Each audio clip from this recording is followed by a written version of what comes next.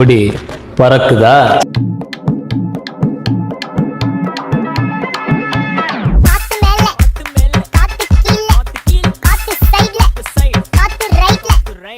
மண்ணுக்கே சொந்தக்கார அவன் தாண்டா.